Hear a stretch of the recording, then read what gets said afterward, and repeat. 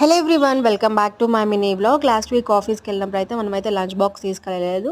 So ఒక్కొక్కసారి వీలుంటుంది lunch box తీసుకెళ్ళడానికి, ఒక్కొక్కసారి వీలుంటుంది అనమాట. ఎందుకంటే మనం ఎర్లీ మార్నింగ్ లేచి స్టార్ట్ అవ్వాలి కాబట్టి.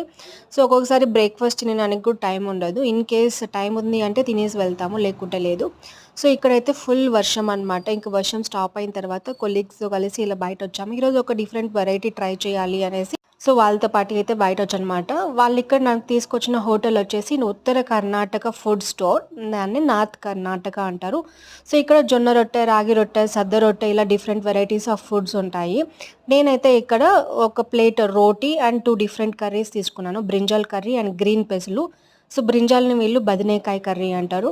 సో ఇది కాకుండా వీళ్ళ దగ్గర ఇంకా లెమన్ రైస్, మెంతి రైస్, మష్రూమ్ రైస్ కూడా ఉంటుంది. సో నేనైతే ఈరోజు ఇది ట్రై చేశాను. దీని తర్వాత బేసాన్ లడ్డు అయితే తీసుకున్నాను. ఒక చిన్న బేసాన్ లడ్డు 15 రూపీస్ అయితే ఛార్జ్ చేశారు. టేస్ట్ అయితే బాగానే ఉంది. ప్లేట్ రోటీ అండ్ కర్రీ వచ్చి 55 రూపీస్ అయితే ఛార్జ్ చేశారు. సో ఇదనమాట ఈరోజు